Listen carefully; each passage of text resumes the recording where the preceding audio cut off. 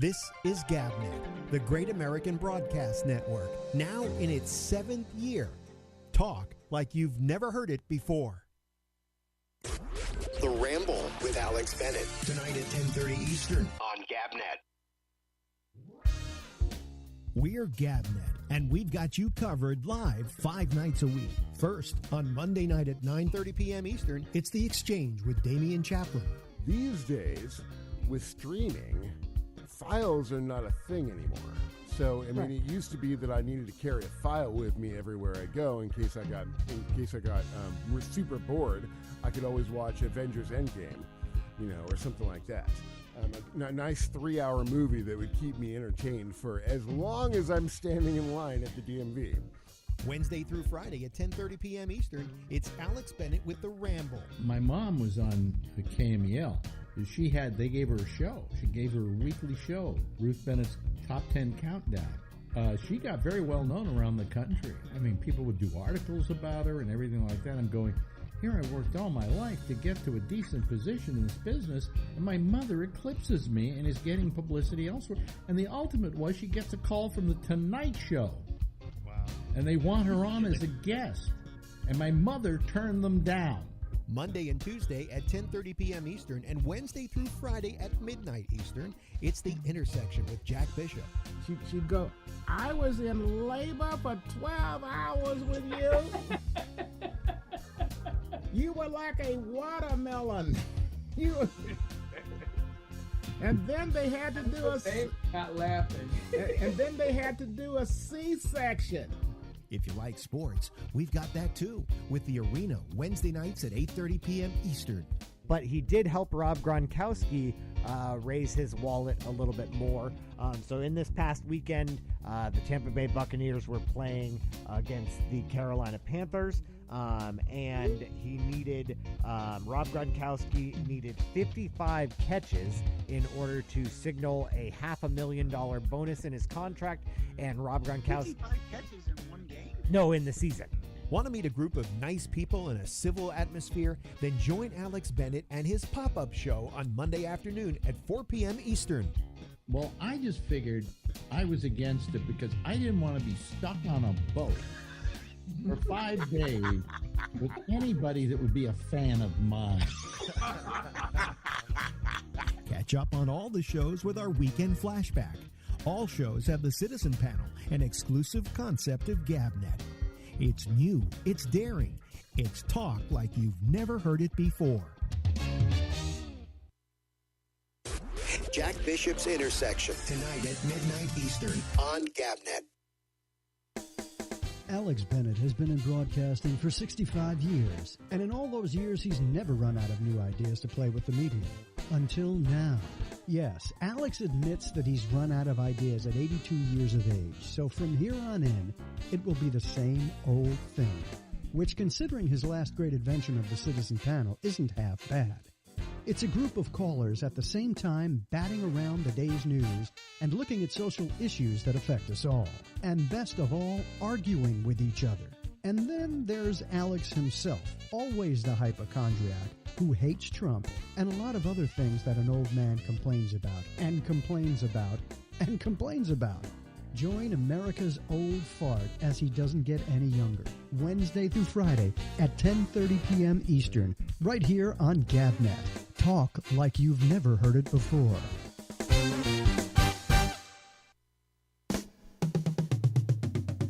Hey sports fans, GabNet has a sports show. This, up until now, has been GabNet's best kept secret. But not anymore, damn it. Yes, we have a sports show on Wednesdays at 9:30 Eastern. It's called The Arena, and it's with the franchise MC, whatever that means. Boy, does this guy know his sports. And you're going to enjoy hearing him talk about it all. It's a whole different way of doing a sports show. It's intelligent, it's insightful, and it's just plain fun. It's the franchise MC, whatever that means, with The Arena, Wednesdays at 9:30 Eastern, right here on GabNet. Talk like you've never heard it before.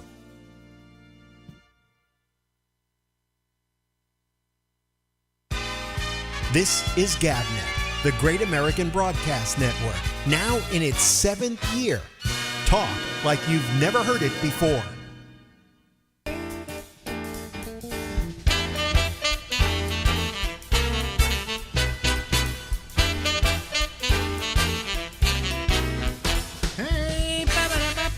Hey,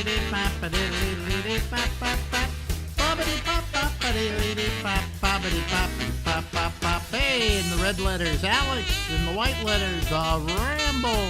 We go into midnight tonight from the East Coast of the United States. Ladies and gentlemen, it's always a pleasure when we go out to the other coast of the United States and spend a few moments with our old friend, Larry Bubbles Brown. Hello, Bubs. Yes, we cover both coasts on this show. So. We cover both coasts, yes. And how you doing? Well, a little. I get very upset. Ray Liotta died, who was like a couple years younger than me. So, anytime somebody dies that's younger than you, it's a little. Well, get used to it because everybody who dies is younger than me. So it's. Yeah, I know that it can get very depressing because I always compare it against me. Yeah. Like at the end of the week, we watch Sunday morning on CBS, and then they always run the obituaries from that week, right? And you see these things go by, and you see 73, 81, and you keep waiting for, come on, give me 100. Come on, give me 100. And you're watching all these people that have died who were much younger than you were. So, yeah, I guess I can say this, I think, with a great authority. I'm living on borrowed time. Yeah, but you're, I saw it recently, the average life expectancy for an American male, I think, is 78. I think it used to be like 70 when I was growing up. It was 74, I think. So it has gone up, Mm-hmm. But the average is 78. That's the average. There are people who die less than that, and there are people who die more than that. So, I guess I'm on the more side now. So I look at the death of Ray Liotta, and I go, wow, he was really young. How old was he? He was in his 60s? He was born in 54, so he was about 68. Yeah. Yeah, I mean he had a few good years left. He had at least another 10 years by actuary statistics. Yeah, and he looked like a fairly healthy. They said he died in his sleep. I don't know what happened. Well, probably had a bad dream. I don't know. They always say these people died in their sleep. And here's one I love. He died of natural causes. Well, dying is natural. Yeah. It's just a question of how you die. So you had cancer. All right, so then they say, well, he died of cancer. But what's natural causes? Yeah, humans are so violent. I think murder would be a natural cause. Yeah, exactly. So I never could figure out isn't this wonderful, folks? This is the kind of uplifting, life-affirming programming that I do when I talk a lifelong obsession. But if you die, people always say if you die in your sleep, that must be the best way to go. And I bet you probably have like some horrible nightmare or something. Well, I think about that and I go, what? You didn't know you died? Yeah.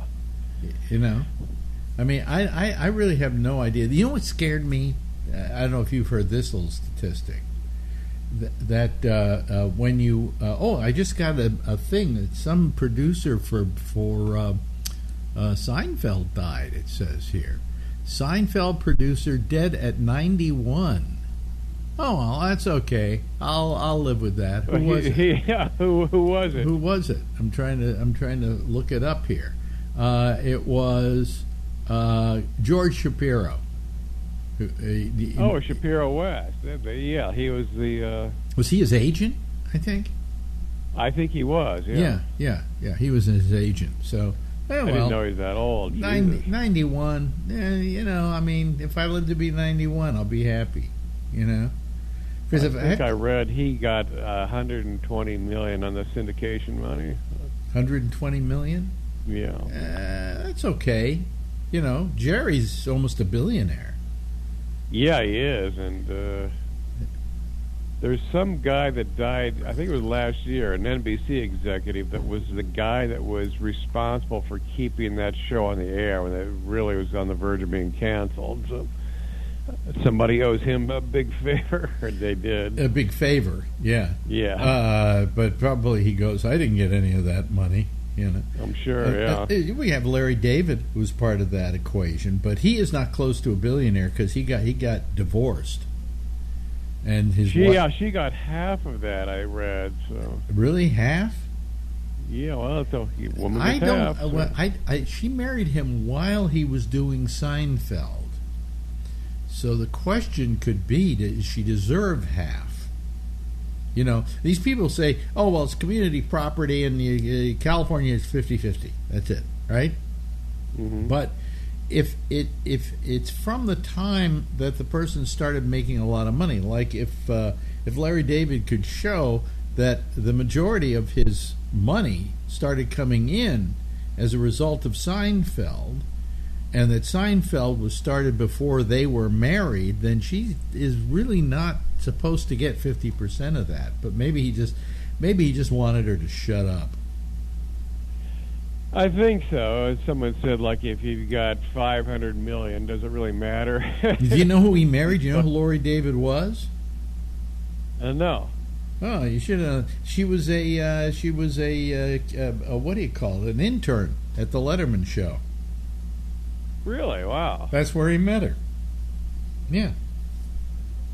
Well, she did well. Oh, she did very well. She did very well. Absolutely. But, you know, I mean, let me put it this way. The amount of money that Larry David made off of Seinfeld, if he gave away 50% of it, he would still be a very rich person. Exactly, yeah. Okay. So it didn't really hurt him. So it doesn't really hurt him. Seinfeld, on the other hand, I think he stayed married all the time. And even if he got divorced now, she wouldn't be due any of that money. Because they weren't married when he became successful. In fact, I think they married after the show was over with. So another reason not to get married. But she gets all that good comedians and cards getting coffee money. So yeah, he got pretty good money for that. I think he got $30 million for those. Did he? Yeah. Oh wow. That doesn't seem like much when you've got $800 million from the syndication. Well, I was thinking, anybody want to buy GabNet? You know, yeah. The starting price, because it's a great name. Okay, it's a great name, GabNet.net. It is, yeah. You know, if you have a talk outfit, it could be good for you, right? Mm-hmm. So, $100,000, the name is yours. Okay, anybody's listening. That's a bargain. It's a bargain. It's a going out of business sale. Okay. So, and I need the money. Now ask me why. I need the money because our air conditioner broke. Oh. It was the first really hot night of the year, and Marjorie goes and I got to have the air conditioning on. I could live without it, but I got to have the air conditioning on. So we turn on the air conditioner, and this morning I'm hearing it making noises, and it's not working. You know, it kind of starts up, but then there's no fan, and so I had to order a new air conditioner. This one I bought for $250, I think, and now I was going to buy it at Amazon for $300 and I think $89 or something, because the price has gone up. And then I looked and I couldn't get it till next week. It wouldn't come till at the earliest next Wednesday. All right, and it could become almost a week later than that. Was the outside date on it?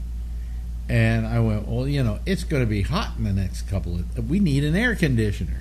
Yeah. So I went over to Best Buy, and they can deliver it by Friday. So take it. So I take it, and then I hire my what do you call it? My super to come in, install it, haul the old one away, and give them $100 for it. So I need money. So $100 million. No, what did I say? $100,000. You get the name GabNet. Okay. And the website if you want it, it's okay. And you get Bubs, by the way, in that bargain. You get Bubs. Yes, we throw that thrown in as a bonus. You get the entire catalog of Bubs interviews. Catalog. Which, by the way, I was looking at it the other day, and I don't know. Let me look here a second. I'll tell you. When it. Let me see here. Is that under video? Is that where it is? Guests, come here. Come on. Oh, there we go. Okay. Guests. Here we go. There's Bubs. You started the first time we ever did a Bubs. Wait a minute. Hold on a second. Wait a minute. It just says Durst and Kravitz. It doesn't have Bubs here. Oh, that's audio. It's audio. Yeah. I don't know. I have to go back and figure it out. But we've been doing this since when? You're good at the dates. When did we start doing this? I'm not good on short-term memory. I would think it's been probably 4 years, but I could be totally wrong. And that's actually, let's see. I remember we were definitely doing it in 2016. Okay, so let's say it's 4 years. That'd be 6. 6 years. Okay, yeah. 6 times 52. Yeah, it's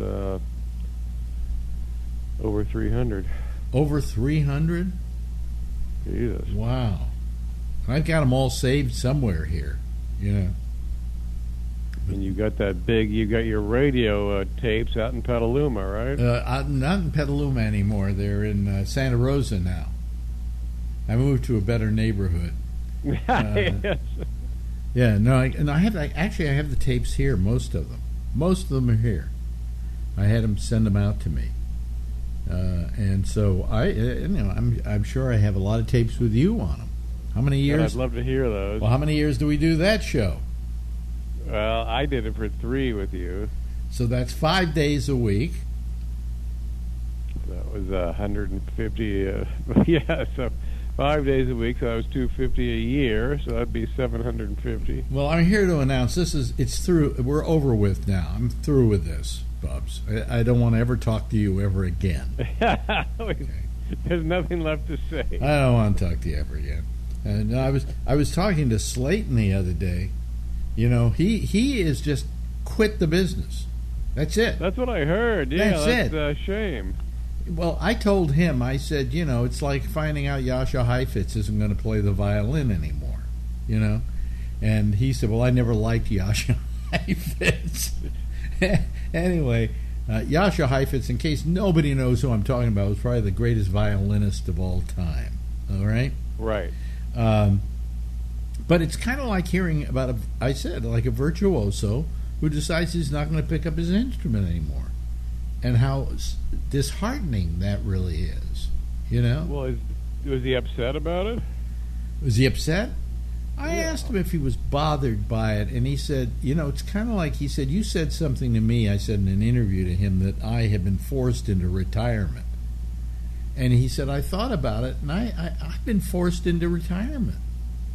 He said, you know, I try to get gigs at places I used to get gigs at, and it's very hard to get an opening there. He says, the San Francisco, the Punchline, right? A club, he said, which I literally helped make, all right? And I agree with him on that. He says that they really don't want me up there. Just, you know, I said, I find that incredulous.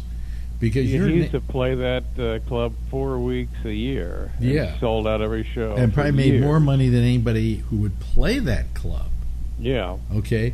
I mean, they wouldn't pay Bill Burr that kind of money there. Yeah. Because he would pack the joint, and you know the attendant booze that was served out. But you know, so he's such a great comic. God, he just feels that there's nothing out there for him, and I kind of had to agree with him. You know, he says all they want are young comics who work cheap. You know, so it's sad. It's really sad. I know. Yeah, I mean, it's really sad when Alex Bennett can't get a job in the radio business. That is sad, yes. Oh, no, I'd still be great. You think up to a point, I think people knew who I was. I think if I go into a radio station now and say, I'm Alex Bennett, how do you spell that? They don't care. They don't care. So I don't know if people under 30 even know what radio is. Oh, and then they want to pay you like bupkis. They're not. The trouble is now they're not really paying talent what they're worth. No. And in your case, for instance, do you find that you're being paid less by some clubs than you used to get paid? But you're getting paid the same as you were literally 30 years ago. So, yeah, with inflation, you're getting a lot less. So it's the same as 30 years ago. Yeah. The clubs they pay the opener, the middle, the same as they were 30 years ago. Can you give me an example of that? Well, a middle act would get $100 a set back in 1989, and it's still the same. So if you did 2 shows, you get $200. Yeah. Okay, that's as a middle act, and you're usually a middle act, right? Yeah, I never liked headlining. No, headlining's a whole different story, right? Yeah. You let somebody else take that pressure. Yeah. Or let them try and follow you. That's another pressure. But and how much does the opener get? Opener gets 50. 50. And the headliner then would get whatever he could negotiate. Yeah, the headliners would get, back in the 80s, I remember the Punchline, some of them were getting $2,500 a week, which was pretty good money then. I think Slayton at one point was making about $4,000 a week at the Punchline. I think he was making more than that. But he could pack the joint. Yeah. So, But, I mean, just every profession. I wonder out there if I were to talk to, a non-union welder, how much he gets. It's probably crap. Yeah. Nobody wants to pay money for people to do work for them. And if you're not willing to pay the big bucks, then there are going to be people there who are going to take the lesser bucks. Yeah, and that's why you got so many crappy comics that'll do anything for virtually free. So, well, I look at the landscape of radio, and quite frankly, anytime I've turned it on, which is infrequently, the people suck. They just absolutely suck. What? Yeah, I listen to radio here. The local radio is just really lame. So. Yeah, I mean, and they have, and on top of that, in most cases, they're not even in the city you're listening to them in. No, we've got. Let's see, KGO has Mark Thompson from L.A. Yeah, but he's the weatherman here. He's got a show in the morning. Yeah, he's on. He literally isn't in San Francisco. No. And no wonder that station's number 30 in the market, because if they had somebody local, they might do better because that person then relates to the area.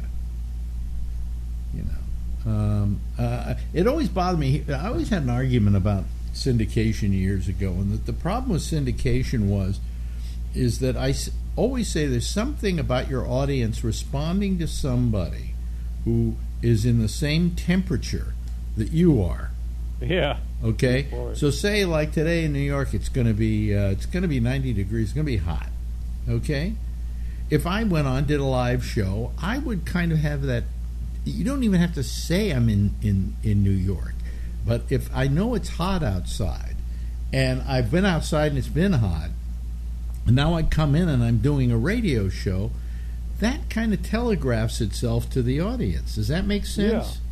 Yeah, or something that's going on locally, you can relate to that. Yeah, exactly, and local stuff and so on and so forth. But if you're sitting down in L.A. and you're trying to do a show for San Francisco, it doesn't play. No, it doesn't play. And that's why KGO is number 30. Yeah.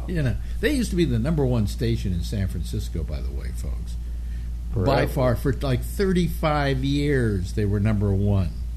Okay? In fact, the ratings would come in and you'd go, who's number 2? You know, because you already knew who number one was going to be. All of a sudden, they changed the rating systems and one thing and another, and now they're number 30 in the market. And you go, whoa, wow, how the mighty hath fallen. Mm-hmm. Do you remember me? I used to have troubles with KGO because I couldn't have a guest on my show in the morning if they didn't get them first. Okay, they wouldn't book them. If they came to do my show, they would not book them if they weren't on my show after they were on KGO.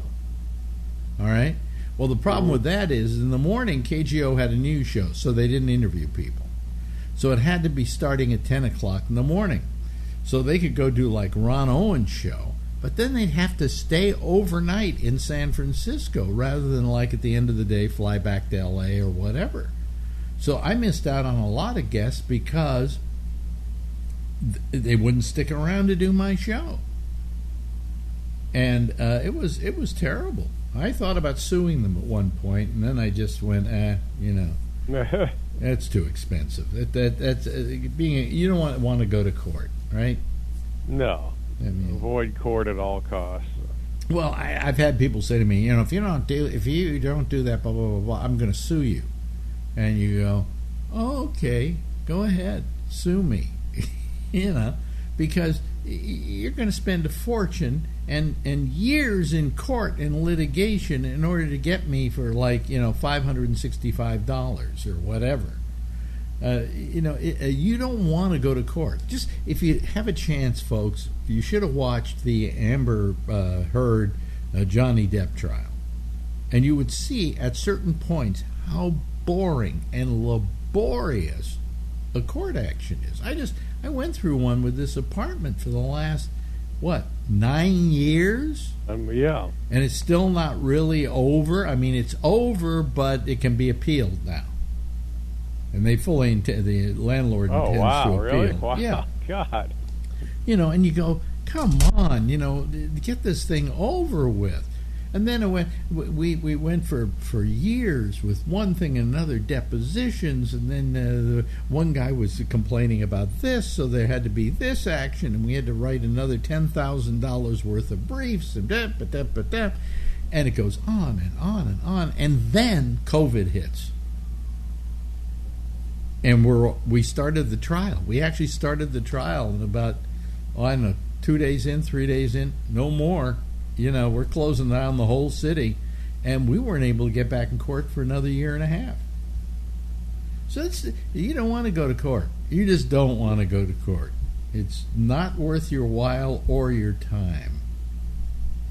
And it's never as dramatic as Perry Mason. It never gets that way.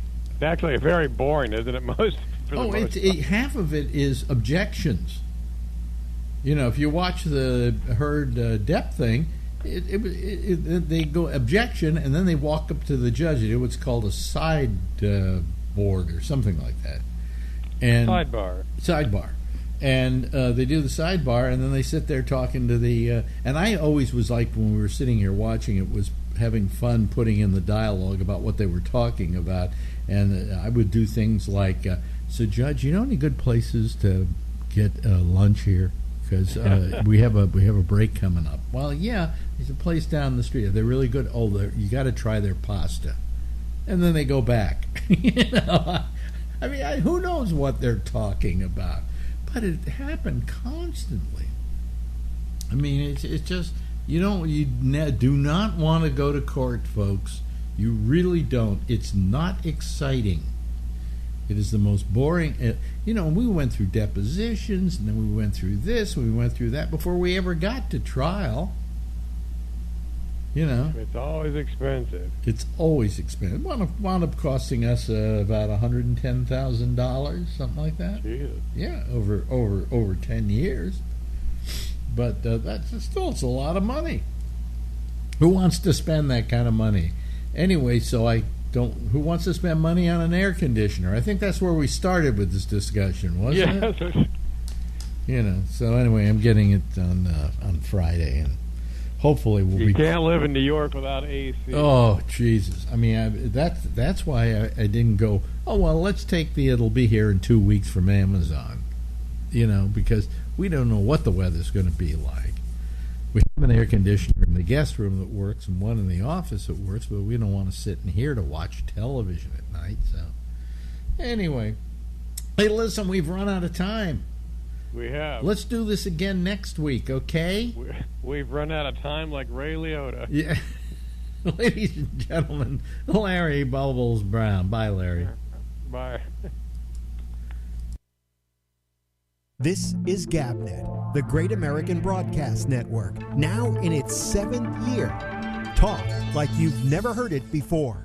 Yes, that's Larry. Let me turn on the lights here. There we go. I didn't have the lights on, huh? Didn't have the lights on. Hello, everybody. How are you? Yes, I'm well, I'll talk about all this stuff that's happening today and so on in a couple of minutes, but we have a whole bunch of people who are ready and willing to be part of this futile exercise that we go through every single night.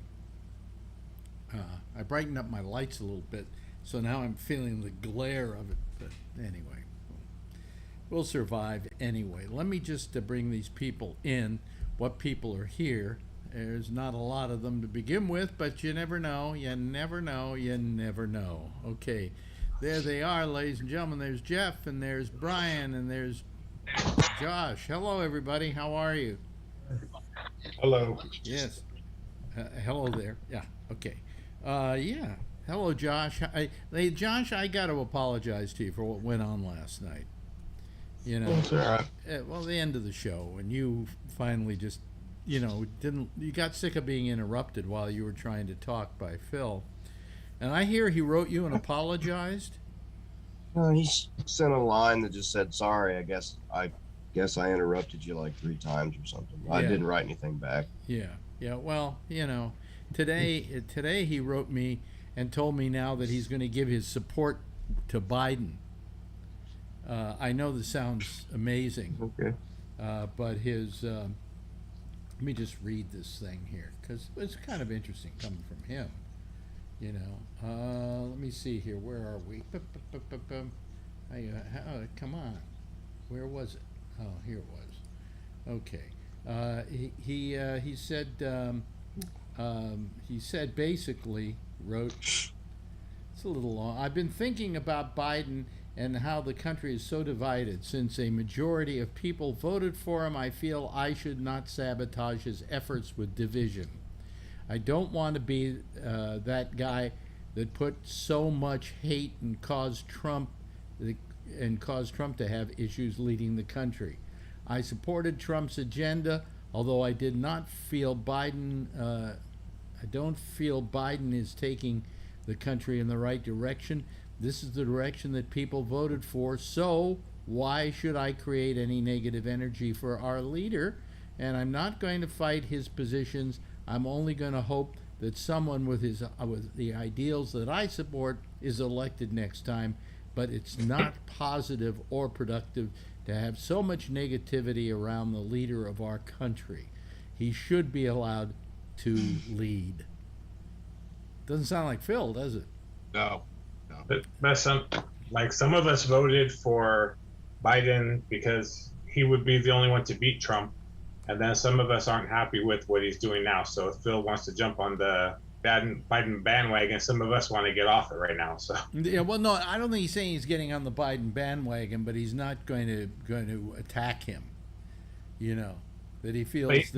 But now some of us are attacking him for not doing anything. So well, Phil's always behind. Well, I mean, but there is a difference between.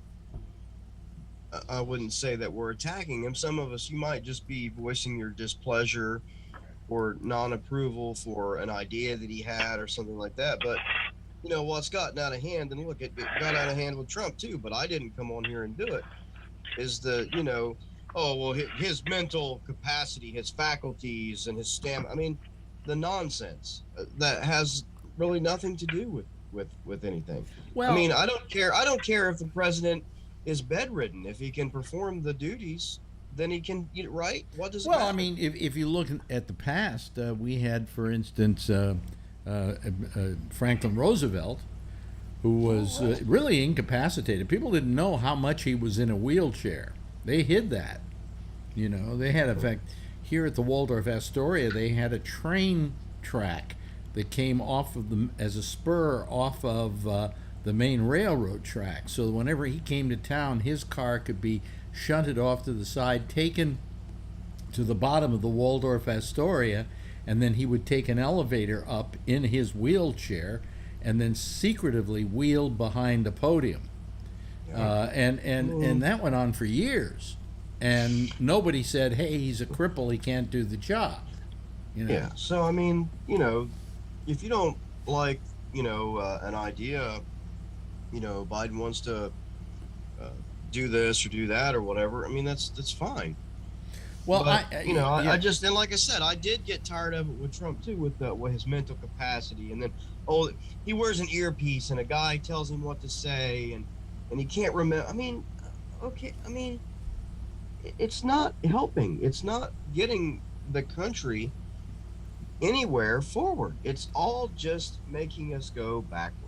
It's you know, though, it does speak to one thing, though, Josh, and that is that we can't seem to find leaders that are capable of running this country. You know, that we elect by any number of other reasons than the reason to vote for somebody. I mean, we just had down in Pennsylvania tonight, the guy gave up and Mehmet Oz has won the nomination for the Senate for the Republican Party. Now, who is Mehmet Oz? What is his political currency? Nothing. Yeah. Absolutely zero. What? He was on television for 9 years giving phony medical advice, and somehow he's a celebrity and everybody knows who he is. Let's vote for him. Yeah. You know? Well, voters have got to do a better job for sure. Yeah. Well, I mean, this is and I was talking to somebody tonight about we seem to be going for people who are like on television or football players, as in the case of what's his name? I can't forget his name. Oh my God. I gotta lock the door. Hold on. You gotta lock the door. No, I mean, you're right though. We got to do a better job as voters. So I mean, yeah, but no, what I'm saying, what I was saying to somebody at dinner, Josh, tonight was that we tend to go for people with names, with name recognition, Trump, Mehmet Oz, and so on. And then I stopped to think about it, and I went, that's nothing new, because I remember when I was growing up, we had a senator in California by the name of George Murphy, who was a song and dance man over at MGM. Yeah. And then Ronald Reagan got elected governor and eventually president, so I guess celebrity even paid off back then. Yeah, I mean, it always has. I mean, it probably always will. Prior to George Murphy, I can't think of very many famous people who ever ran, celebrities who ran for public office. Well, and I suppose that the modern celebrity is a little bit, of a new thing too. I mean, the sort of the way that we have it now, because we have a lot of connection to, if a celebrity wants to, you can almost know where they are and what they're doing, almost every day, and those kinds of things, So, I mean, if Phil was talking about, that sort of thing, every time someone makes a point about Biden or something, we don't have to crack a joke about Hunter Biden's laptop or whatever. Good. Then I welcome that. Yeah. Okay. Yeah. Because that is the only way that you're gonna fix problems. Well, there's no question in my mind that we have to change the level of discourse in this country. It's got to change. And I've got very few. I'm not that young a guy. I could go any day now. But I don't think in my lifetime I'm going to see that not happen, that we're going to continue to have these same problems, Yeah. Well, I hope not. You're right. But we don't really have a way of knowing. All we can do is, live it. Yeah, Phil just wrote in, Sally Sanford was the mayor of Sausalito.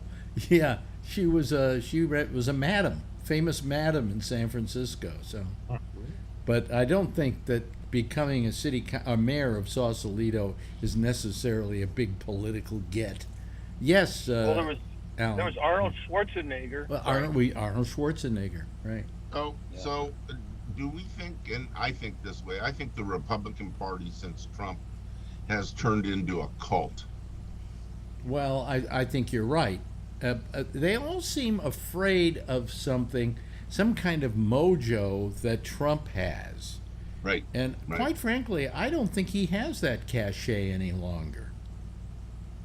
Although some of the people he put his name behind are winning in the 2022 thing, and so but it's not... in some ways though, eventually that's not going to really be healthy for him, because I suppose that any student of revolutions would understand that after a fairly short period of time, 10 years, 20 years, whatever, the creators and leaders of the revolution typically get pushed aside for newer leaders of the same revolution with the same message, but people have gotten tired of the original guy. I mean, I don't know. Does that make sense? I mean, you know, at some point, pretty soon, people are probably going to say, well, if the people like his ideas, we can just take his ideas and just put them on new faces that people can't attack as much, and we can try to push our agenda that way, you know? And in a lot of ways, I would agree with them, because I said before that if you liked Trump's policies, okay, fine. That's a policy preference, right? And all Americans are entitled to that. My problem was always that if there are 360 million people that live in America, for fuck's sake, you couldn't find one other that had those same ideas that wasn't one of the lowest forms of human beings we've ever. I mean, you couldn't find one person with integrity to just say the same things, except say them in a way that wasn't hateful and mean and sometimes just downright stupid. And you couldn't try to get your policy ideas pushed by that person. You know, you had to find this person to do it. You know, that's what I always had more of a problem with than I did so much his policies. I mean, if these are his policies and this is what he believes, well, then he should say it. Well, I think there was a definite problem in my estimation. I don't know that Phil would agree with this particularly, or a Trump person, but I feel that Donald Trump didn't have any politics. I don't think he had anything he believed in. Did anybody ever get a feeling that he believed in anything in particular? No. Himself, yeah, but I mean, I never got the feeling that he was passionate about anything. You know, at least, you know, Biden, for all his faults, at least cares about the country and would like to do right by it. I just think that perhaps he's incapable of it. You know? Yeah, I mean, he at least has a long record of what he says. And well, I don't know that I've ever really liked Biden. I mean, ever since the thing that went on with what's her name years ago in the Clarence Thomas hearings, I really didn't like the way he treated her at the time, and always had a very negative feeling about Joe Biden. So you know, and I don't think it changes that much now. Except here's what bothers me. It is obvious to me and to anybody that watches him that Joe Biden is to a certain level doddering. He hit it while he was running for office. He tried to have as much energy as was humanly possible while he was running, and then once he won, all of a sudden he becomes a little more doddering. You know, his eyes are like slits. He stumbles a lot because he always had a stutter, but it's more pronounced now than it's ever been. And this is not the kind of person really that should win an election, okay? But he looked good when he was running for office, so that was kind of the audition. Well, now he's not that way, and that may hurt the Democrats' chances of winning in the fall, taking having the Senate in our pocket and the Congress and so on. And it's all because of his approval rating, which is based upon his public image. And I think that if he cared if he cared about this country and cared about the Democratic Party, he would have never run in the first place, you know, because he just wasn't up to the task physically. All right? But no, he runs because he's got to win. He wants to be president. And that's a selfish reason. We're probably lucky anybody but Trump right now with COVID and stuff like that. Well, this was definitely anybody but. Right. You know, I mean, I don't know that if there was a better candidate that the Republicans had, that I wouldn't have voted Republican, but they never come up with one. Mitt Romney? Mitt Romney's got his set of problems too, you know. All politicians do, I think. Well, not all politicians. You know, I think that we would have. It's funny. I was watching an interview with Ricky Gervais on Letterman. I think it was. It was the first time he was ever on there. He'd just been a hit over with the office in England, and it was coming over here. And one of the statements he made was, he says, the difference between the United States and Britain is, he says, in the United States, you tell any kid that if he studies enough and he works hard enough, he can become president of the United States. And in England, we say the same thing about the prime minister, except if you're lucky, you won't have to do that. You know, that nobody thinks about, I'm going to grow up and be prime minister. People go, why do you want to do that? You know, that's strange. Here, everybody wants to be president. You know, we know that Trump did it for ego reasons, and I think Biden did it for ego reasons too. Otherwise, he would have said, hey, you know, like he did a couple of years back, I'm a little too old for this. Maybe we should have some younger guy running. You know, what the Democrats need now is another Obama, is what they need. Yes, Ray. Yeah, when I spent an entire summer in England, and they happened to be going through their elections at the time, and I think I know why. There is nothing elevated about becoming a politician in England. It's like working class. That's what he was implying. It's like working class stuff. Yeah, that's what he was. That's what he implied. Yeah. Yeah, because they have their royalty already. So the president, our president, is treated like royalty. They have their 6 weeks of campaigning. They run around in sweaty T-shirts, and there's nothing. What's the word? Highbrow about it at all. Right. Yeah, it's not something you'd want to aspire to, unless you really felt like you needed it for some weird reason. Yeah. The other thing about Trump is, if I can remember correctly, when he first was talking about running, he wasn't even sure which party he was going to run in. He just wanted to figure out which one he thought he could win with. Yeah. So, like, he didn't really have any ideals or anything. It was just like, which party is going to let me win? And then he would have just said whatever he had. On the other hand, I don't know that he ever expected to win. I don't think so. You know, and when he did, I suppose he looked at one of the people around him and went, oh, fuck, now what do we do? I mean, he's given to the Democratic candidate for the past 30 years, you know. Every Democratic president that ran, they gave to Obama and Clinton, and then all of a sudden he changes to being a Republican, which of course he isn't. And because that's, like you said, Alex, I think it's because he thought that's the only group that he could win in. Yep. Well, he won for them. You know, he just couldn't hold on to it. That's all. Well, you know, we might see him again in 2024. Well, you say we're going to see him again, and I don't think so. You know, America has just short memory, and their memory is getting shorter where Donald Trump is concerned. You know, people who a year ago went, "Oh, gee, I wish we had Trump in here," but they go, "Well, yeah, where's Trump these days? Who else do we have? Right. Who else do we have?" They forget who he is. Yeah. And there may be a lot more dirt by then too, that makes him unelectable. Hopefully. The problem is Trump is a master at manipulating the news cycle, and a master at getting attention, and a master at reviving that spark. I don't know that he was a master. I think that if he was anything, he's a con man, and he knows how to bilk somebody. And what he did was he bilked the press into giving him a lot of free publicity. You know, all he made sure was that every day he said something ridiculous that they would yell and scream about. And I got to say, if anybody was responsible for the election of Donald Trump in this country, it was MSNBC and CNN. Because they every day were outraged about Donald Trump, outraged about Donald Trump. I would be surprised if that wasn't the most inexpensive campaign for president ever.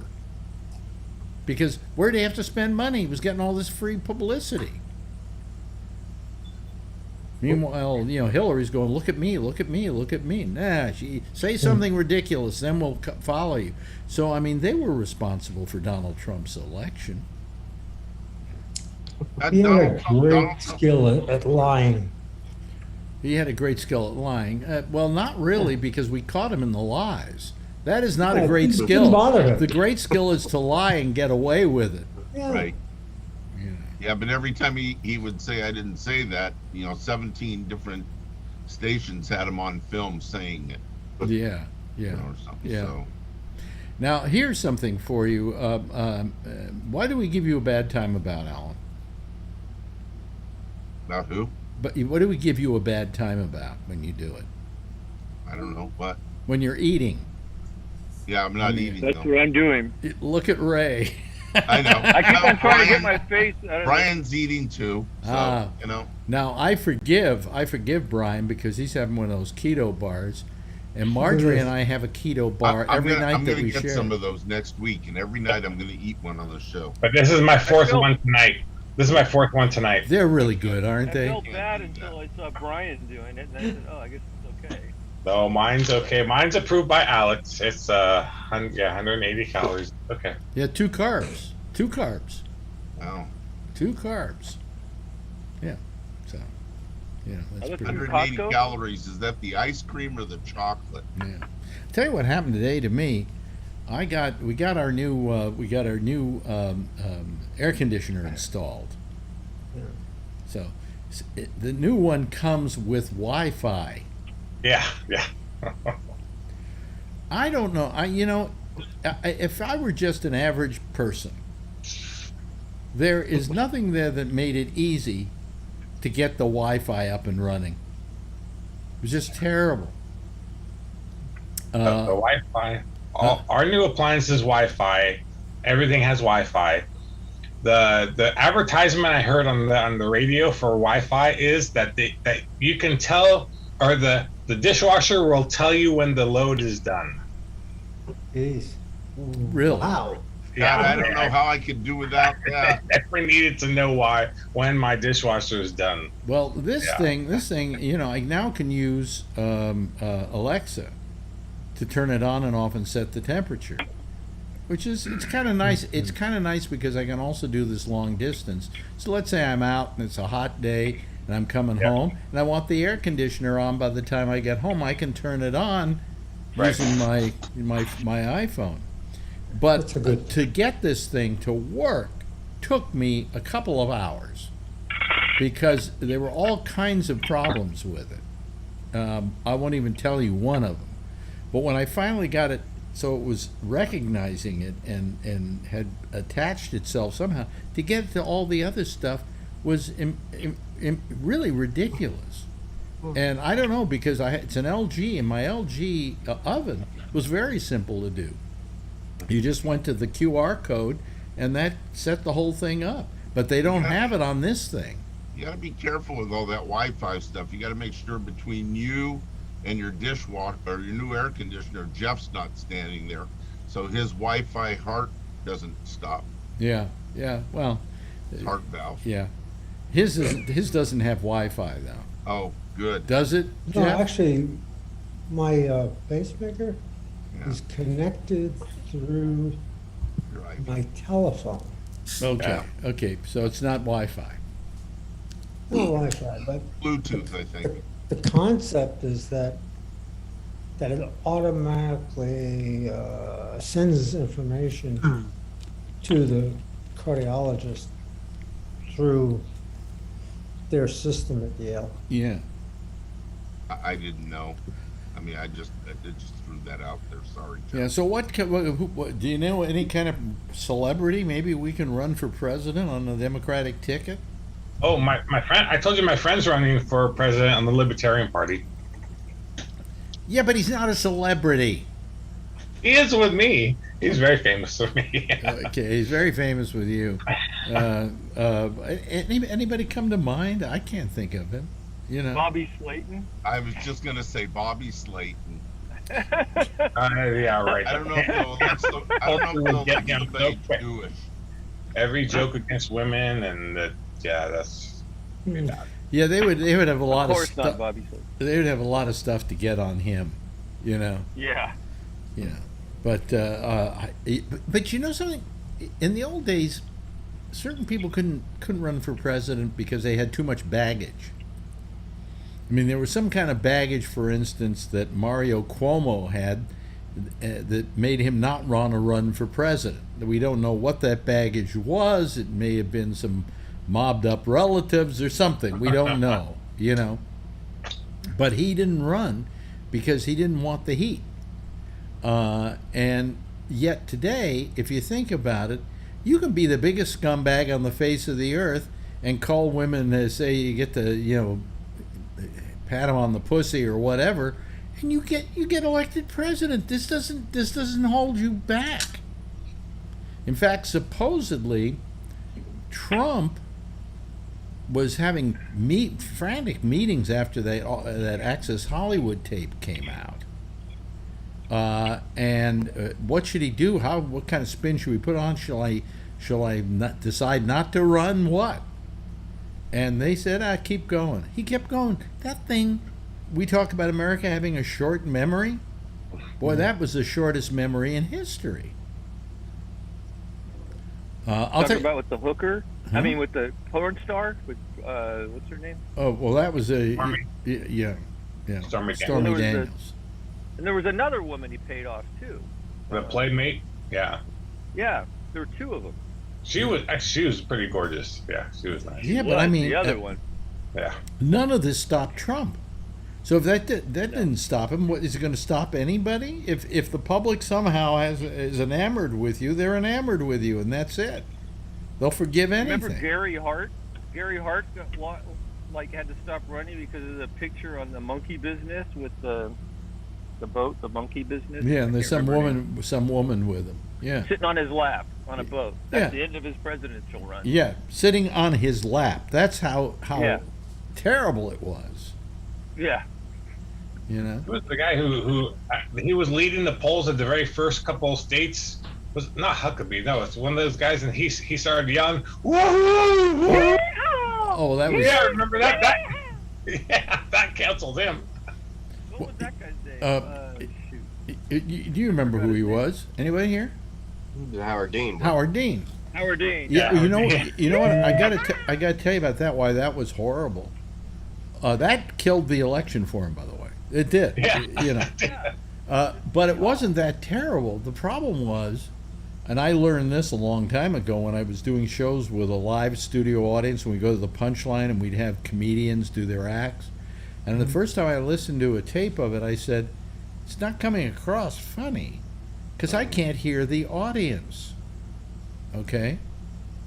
So I then had them put microphones pointing out to the audience so they could balance those against the comedian, and all of a sudden the shows came alive.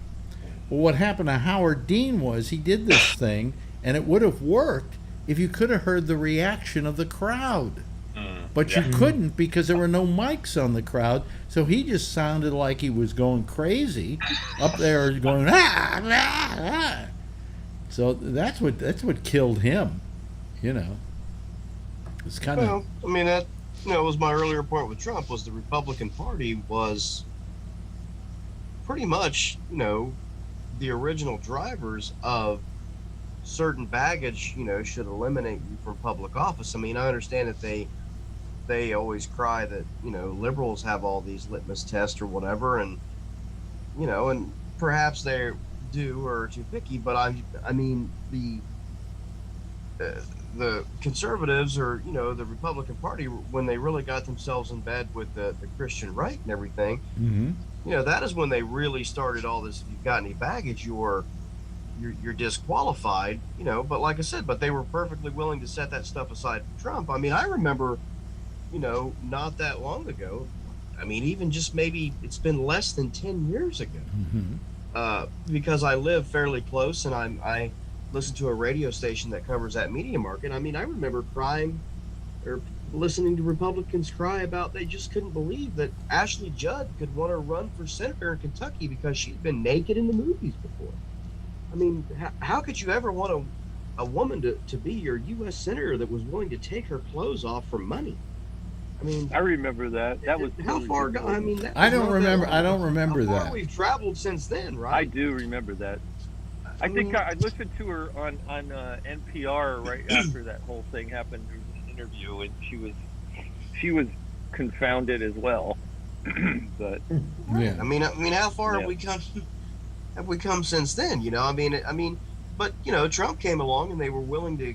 They realized that they had a chance of getting things that they wanted out of it, so they were willing to set aside their principles then to get what they wanted. And that, that's what bothers me. That's when I start having problems with people, or parties or politicians or whatever, is when, all of a sudden you're willing to set aside everything that you believed in just to get what you want. I don't think you can trust a person like that. To me, like, those are the things that I look for, when I would decide, who I wanted to vote for or who should lead the party or whatever. And when I see someone like that's the worst quality in a person, if you ask me. I mean, well, I'll tell you, you want to know the best quality I've seen in years was Obama. Obama was what I called, when he ran, I called him the stealth candidate. He was everything you wanted in a candidate. Except for one thing. He was good looking. He didn't have any dirt on him. Hell, if he cheated, man, she would have kicked his balls in. Okay? Good family. All those things. Nobody had any dirt on Obama. The most they could get on him was he smoked pot in college. In fact, he sold it, actually.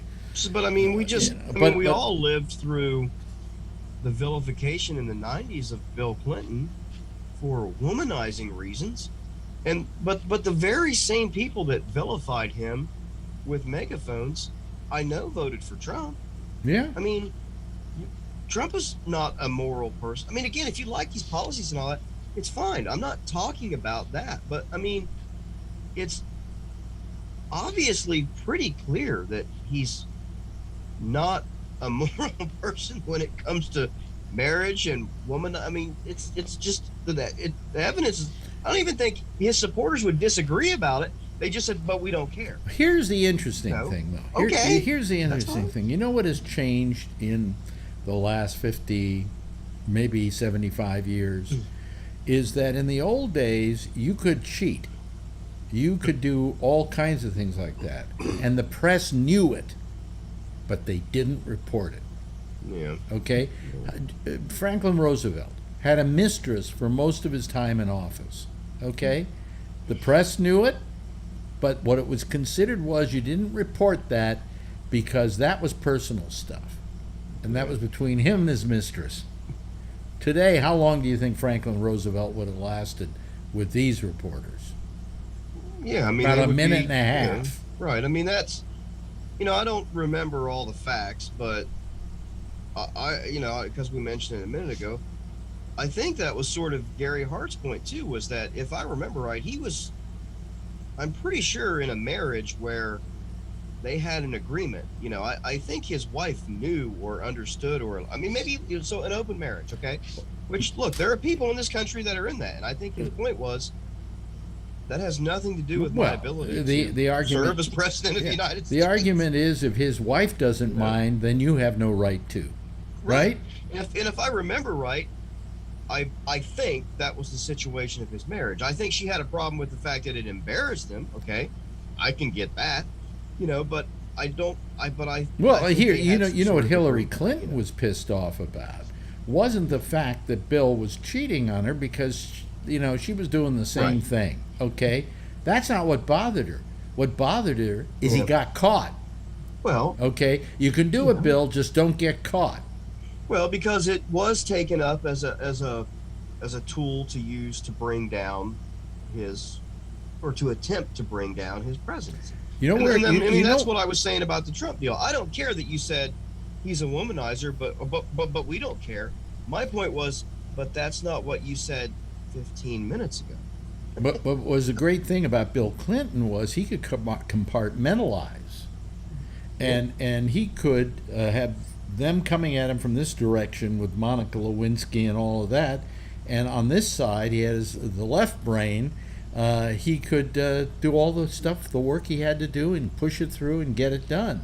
He was very dexterous when it came to. So I'm certainly not trying to argue that ambidextrous. We should just completely overlook any character, moral and character issues and all that. I'm just saying, I think it's okay to have certain things that you might not agree with. I just am pushing for a little bit more of the focus to be on focusing on the person's policies and beliefs and all that, and setting aside, to go back to what we talked about at the very beginning, the ridiculous nonsense that is not going to help solve a single, I mean, if you want to just sit around and, make stupid jokes about the earpiece that Joe Biden wears or whatever, that's not going to stop any 8-year-old from getting shot next week. Hold on a second. Not. What's with Ray? Don't know. There you go, Ray. Oh, you didn't want people to see you eating. What is that you got in your gob? I was trying to be polite. Oh, it's pizza. Pizza. Pizza, okay. Oh man. Pizza and beer. I mean, it's just. But Zero calories. it's the world we live in. I mean, zero alcohol. They knew, for instance, the press knew. I as me being kind of part of the press at the time, knew the women who Jack Kennedy was having sex with. He had one woman who was a regular British actress by the name of name started with a G. I'm trying to remember her full name. It'll come back to me in a couple of minutes. Everybody knew he was sleeping with her, the press. But the unwritten rule was, you don't report that. That's not the kind of thing you report. It's not proper to report a president who's cheating. Do you think Kennedy would have gotten away with that today? Glynis Johns, that was the actress, Glynis Johns. If they knew that Kennedy was stooping Glynis Johns and they could get the scoop today, they'd do it. In those days, you didn't do that. That was family. You kept out Don't of like that. In France. In France, they don't. It's right. Just up to as long as the person's doing their job, no one ever cares about. And you would think in life. France they'd want to. Well, it's just like it's like they always say normal. That's what men do, or whatever. Well, the one I loved was Berlusconi in Italy. I mean, this guy with his bunga bunga parties. Do you remember that whole deal? That guy was wild. Yeah, and he just said, "Sure, I'm having my bunga bunga party. Screw you." Yeah. And the Italians go, "Hey, that's the way he lives. That's his. It's not our business, as long as he." But exactly the same in France. But he wasn't a particularly good prime minister either, so they booted him. But what was it? There was one other thing I wanted to bring up today that I say I'm going to bring things up and then I forget them completely. I'm getting to the point in my life. I never used to have to write things down, and now I should write these things down so I know when to bring them up. But this was something about what was it? I'm still having another problem with Channel 13. I told you about this last night. PBS. Again, I can't get my passport shows. All of a sudden, I can't get the passport shows. They've stolen my $60 under false pretenses. PBS. Profit-bearing system. I don't know. Screw them. And like Live on the 5 Days, you said to watch Channel 9 and never give anything to them. You encourage people to watch that and not donate?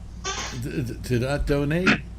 Yeah, I think Live on the 5 Days, you said because they weren't paying for any of those programs or something. Maybe it wasn't Channel 9, but one of those that kept asking for more money. You'd say, well, just watch them and don't give them a dime because. Well, what happened was I ran for the board of directors at KQED, and the fix was in though. Those elections were definitely fixed at KQED.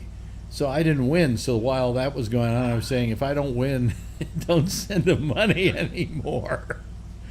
It was. I remember that. Yeah, but that was I learned a big lesson there. That whole thing was fixed, and I was not. There's no way they were going to let me win that election, in spite of the fact that I would have been good for them. But see, what happened was, here was a station, Channel 9 in San Francisco. These come every 4 times a year. They come to you with hat in hand and say, won't you please give us money? A penny would be fine. $1 would be nicer. 5,000 would be great, But, I mean, they're always begging for money. And so you go, oh, they're so poverty-stricken, they have to watch out for every penny. Well, they had this big, beautiful studio. It was in a giant, I don't know what the thing had been, like an airplane hangar or something. I don't know. It was on 9th Street in San Francisco. And it was a big. They had the largest sound stage in Northern California that they could rent out and everything. They wanted new studios, so they spent hundreds of millions of dollars to build a new studio, new offices and studios, when they didn't need them. My idea is, if you're a public broadcast station, you do it on the cheap, man. If you can find the cheapest accommodations, that's where you go. So you can pump all your money into programming and stuff like that.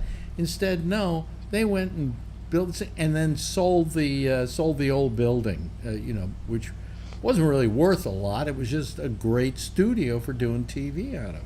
And so I complained about that. I said this was a real lapse of faith with the public. What was wrong with you having to be in that old building? Because it wasn't pretty, I mean, I said, if you're public broadcasting, if you're a network, you go for the optics, okay? You want the nice building so you can show everybody what a wonderful network you are and how high, But if you're PBS, man, you almost want to look poor, And so when I ran for the board of directors, one of the things I said was, we don't need this new building. The old one is suiting us just fine. So it was, and one time I went in there to do some recording, and I said to the people at KQED, you would think, again, PBS, smaller station, runs a little bit on the cheap. I'm sitting there. I had never been sat there for a long period of time and watched people walk in and out. And finally, I walked up to the receptionist. I said, how many people work here? I mean, are on salary here? She said, 300. I said, 300? I said, all the TV stations in San Francisco combined don't have that many people working for them. So that was what I ran on, and I lost. Okay. That we were just going to be humble, if nothing more. So that was my big life at KQED. But anyway, so there's one other thing I wanted to talk about, and I can't remember now. Hello, Tony. How you doing? How's your prostate? Still there. It's still there. Just everything. I'm just waiting to hear from the doctor. No, nothing big. Just 2 little tests. You're waiting to hear from the doctor? Yeah, I'm. Then he'll set up the appointment. Set up an appointment for what? For what? Well, I don't want to talk about my health. It's nothing big. It's the oncologist in like June or July. Oncologist. That's what I want to do. Yeah, if I want to radiate in the office, it's no big thing. He said. This guy's making it sound like it's nothing now. Like, we could just watch it. My sister's like, no, we're not watching it. I said, I don't want to take up the show on my prostate. I don't understand. If you had a 3-3, which is the best possible outcome for cancer, why they want to do anything? It's usually wait and watch. I know, but I don't. I can tell you offline. It's either that or I can radiate. My sister would rather have me radiate to do something. I may do treatment, but I'm not going to worry you guys with it. I could wait and watch too. So, but she wants me to radiate, in the office stuff. I'll see what happens. The worst part about getting radiated is they make you drink a lot of water before they do it. And hold it. And hold it. Oh, really? Well, the best part, when I had mine, okay, one day I go in, you have to drink like 6 glasses of water because that's to make your bladder full so they get a better radiation in there or whatever. I don't know what the reason is. So I go and I drink my water like I'm supposed to, and then I put on the little robe and everything, and I go in, I lie down on the gurney, and they're moving this thing around, and they're looking at me, and they're doing CT scans and everything. Then through the speaker they say, "Could you get up and empty a little bit of your bladder?" Oh God, this is where I got to look forward. Now I don't know if you've ever done this, folks, but filled your bladder full of water and then emptied just a little bit of it. Hard to do. Hard to stop it. They said if you can't do it, then get rid of it all and then drink it again, and we'll wait. And I went, yeah, I got things to do today. So I went in and I peed just a little bit, enough. And I went back and laid under there, and they said, perfect.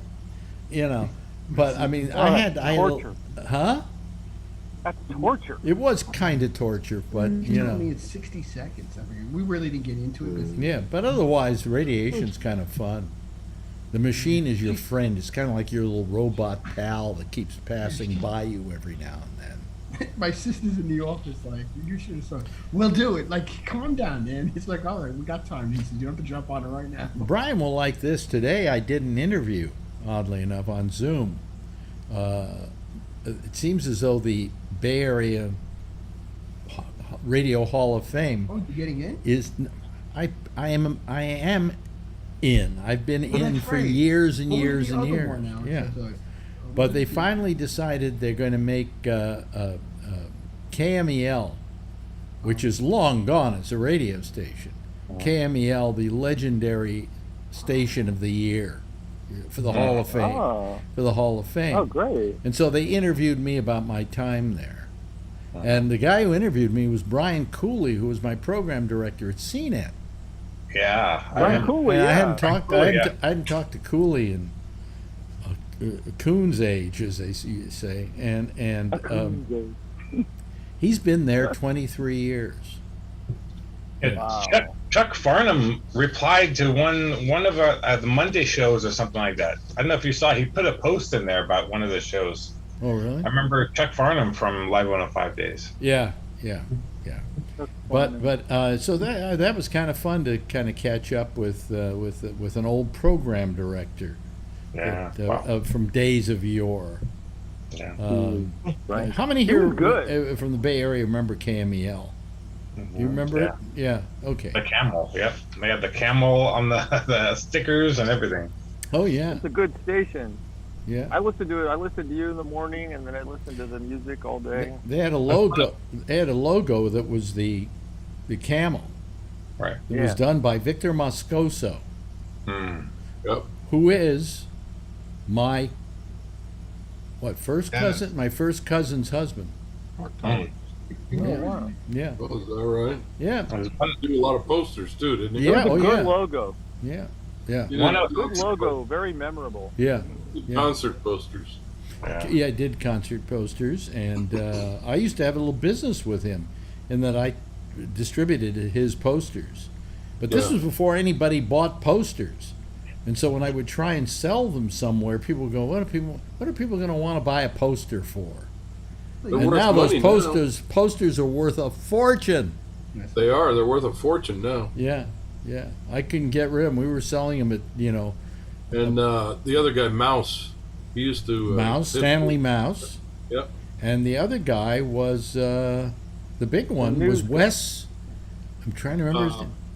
God, what was his name? Wes. You know what I was going to ask? First name was Wes, right? Am I thinking right? Yeah. Can't remember. Wes Montgomery? No. Wes something or other. Anyway, there were three big artists at the time that did the posters for like the Fillmore, the Family Dog, and the other club was the Matrix. Boy, how do I remember this? I wasn't even there when these places were open. You know. I've got a couple of them. Oh, there you go. Nice. There you go. Here we go. Show and tell now on the program. Hold them up to the They're hard camera. to read. Hold them up. Hold them up to the camera. Let's see. There's a couple of them. Yeah, yeah. Those are, who did those? That's. I can't. This is the family dog one. Okay, then those were probably. I can't read them because I don't have my glasses. You say there was Moscoso, Kelly. huh? Kelly. Kelly. Kelly. Ah, okay. I always wondered how they. I came have up one with those over there. designs. Yeah, yeah. And the other one. But. You know what I was going to say? Like those posters. I always wondered, like, say the bands. Does the band tell them what to draw, or No. Like, No, what happened was that the way these posters came to be was these clubs started running music, right? Fillmore, The Matrix, and The Family Dog. And they needed to advertise, and the best place to advertise wasn't in newspapers because they couldn't afford it. So they made posters and hung them up on telephone poles. And they because it was the psychedelic era, and because the music was so out there, the more convoluted these, you almost had to be high to read what it said on the posters. Yeah. Yeah, it would be all curvy. Yeah, there's and that. they'd put like 50 of them around the pole. They would It'd be create like this font wallpaper. where the letters floated into each other, and you'd have to like really get high in acid or something to look at them. And, oh yeah, Janis Joplin's at the Family Dog. Okay, you know. My ex-brother-in-law collects them, and he's got them all over the place, and they're originals. They're probably worth a fortune. Oh yeah. they grade those, Alex. CGC now they grade movie constantly. They grade anything. They would grade my sperm if it were available. They probably would. Wait, it's You Alex's know. sperm. Get it in the thing. It's a CGC 8 on measuring. Alex, I got $1,500 for your sperm. You get the ones that are black light lit. Oh yeah, they were all look good under black light. Yeah. So what you would do is you would hang them up on your walls, and then you would go out and buy a black light. Really? Yeah. Right. No self-respecting like a psychedelic bedroom rather of a single guy in those days came without a black light. Yeah, and you paint the walls green, and Yeah. Yeah. really fucked you up. I used to stare and lay in bed. I used to lay in bed at night and turn the light on and just like look at them. Yeah. Now let me bring up And then something. I put these stars on those ceilings. Let me bring up something before you guys leave me, and some of you actually float over to Jack's show. Mm-hmm. Okay. I got a note tonight from Jack, and he said to me, I don't know what to do. I'm getting hell from my audience because I'm not on YouTube. Zoom. And he no, but I'm not on YouTube. And he said, some of the people said they're just not going to call anymore if they're not on YouTube. Has that been going on his show? Does anybody know? I haven't heard that. That's the first I heard of it. And I wrote him back and I said, tell them to go fuck themselves. Yeah. You know. I don't think.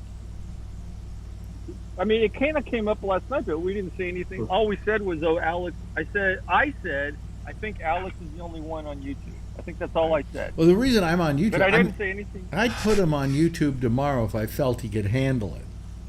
Yeah. But, you know, it takes enough just to get the show on the air in audio.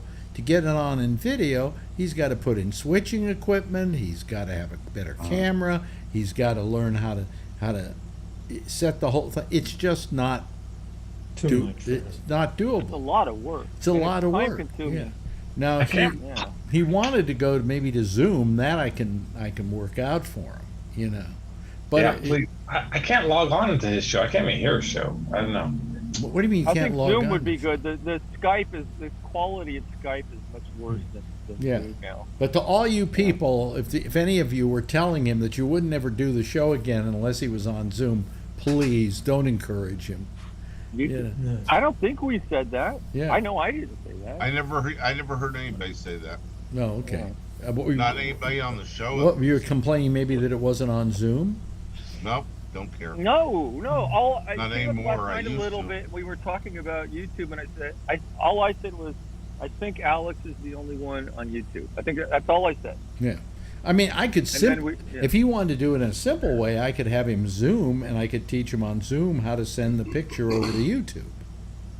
You know, that could be a way of doing it. You know, but when people encourage that, it's just going to be hours of me trying to teach him how to do video, and God knows, I've got him doing the audio okay now. You know. Yeah, that's gonna wipe out another year of your life. Exactly. I wouldn't do it. You don't have much left. Only 5 hours. To do it the way you're doing is not easy. There are too many things I had to do to get this set up. Okay. Yeah, I mean, it's incredible what you've done, because I kind of have a feeling for what it was, and I know it's how I'm getting using OBS. There is no program that automatically takes Zoom and puts it over here, although I could, in Zoom, you can go directly onto YouTube. Yeah. But doing it the way I do it. Over the...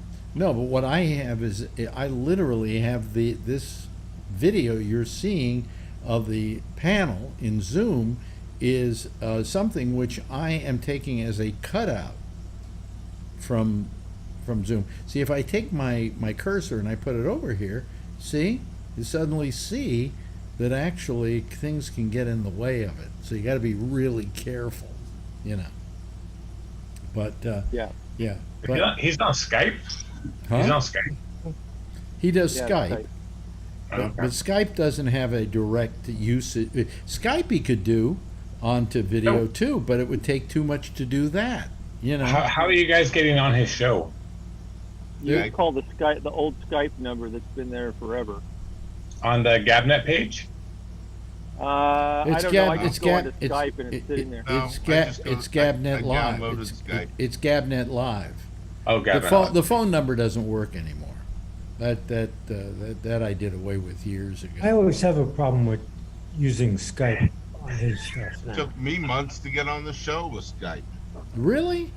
Yeah, well, you know, Microsoft kept before they would let me get on. You're like, who was your girlfriend in the 3rd grade? Oh yeah, I hate that. You know, all this crap that. What does this got to do with Skype? Well, when they say who's your girlfriend in the 3rd grade, just write in Amber Heard. You know. Oh, I have Skype for Business. I'll try to log on tonight. By the way, the joke I pulled, I think last night, it should be attributed to somebody else. I'm trying to remember his name. Oh yeah, but he said he used my joke on the air. Yeah. He says I heard you did. Well, why don't you call in then? Steve Hartley. Have so many jokes. Steve Hartley. It's his joke. Yeah, where he. Yeah, but if he's got jokes, why doesn't he call in? But he wrote. Basically, he set it up. He said that Johnny Depp is the first guy in America to have true herd immunity. So it's a good joke. It's definitely. It's a very I thought good. you came up with it last night, Alex. No. Oh, I hadn't heard it elsewhere. No. I don't think I tried to put it as being that way, but yeah, I did. Anyway, there's the theme. Wow, been a nice night tonight. Not as fun-filled and full of action as the end of last night's program, which left me completely depressed as I went out of here, and profusely California, go vote. Yeah. Yeah, vote. Oh, you got an election going on. 4 days of that coming up. Vote. Yeah. Vote on time and vote often. Yes. Okay. Well, we have 1, 2. We have 1, 2, 3. Yeah, 4 people here who in California. It's like a California show, for crying out loud. Yeah. Anyway, thanks, Jeff. Appreciate it. Another great week of you being here. Same thing to you, Brian. I think you've been here almost every night. Tonight, the Warriors must have not been playing, but Sunday. They need to realign. Sunday. Okay. And Josh, good to see you here again. And tonight you got your chops in, you know. And Alan, thank you to Ray, and thanks of course always to Kevin, and finally to the lovely and attractive, and he doesn't know what the hell to do with his prostate, Tony Bagno. Everybody give a big wave goodbye. I'll give a big wave goodbye at you. Okay, there we go. Okay, bye-bye. Jack Bishop is next. He takes your calls on Skype, And the address for that is Gabnet Live, okay? Gabnet Live. So just, type that in there and you'll be good to go to talk to him. I'll see you again on Monday with our Monday pop-up on Facebook at, 4 o'clock. And then we'll see you again next Wednesday right here. Same time, same station in life. In the meantime, as always, if you see her, tell her I love her, okay? Good night, everybody.